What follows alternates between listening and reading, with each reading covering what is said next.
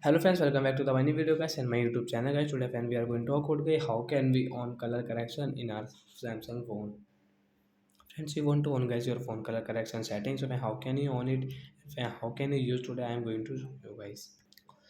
So friends, you want to on guys your phone color correction settings. So how can you on it? Now let's see. Open your phone setting guys. After on phone setting guys, you can see guys this type of setting in your Samsung phone. So friends, scroll it. Friends, click on guys your phone accessibility setting guys. This phone accessibility setting guys, we will tap here.